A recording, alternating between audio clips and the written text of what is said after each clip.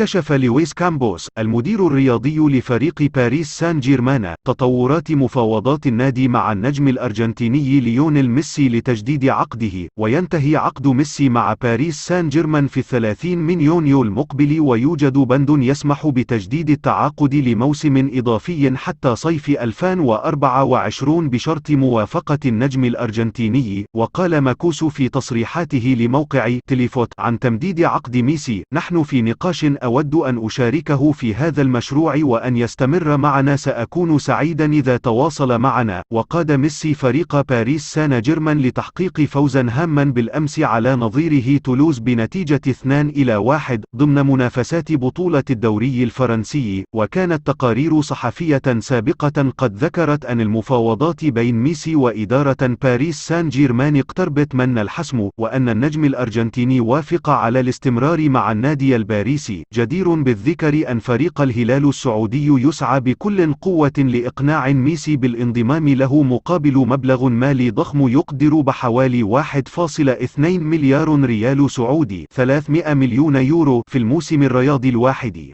في نهاية الفيديو لا تنسوا دعمنا من خلال الاشتراك في القناة ووضع لايك للفيديو.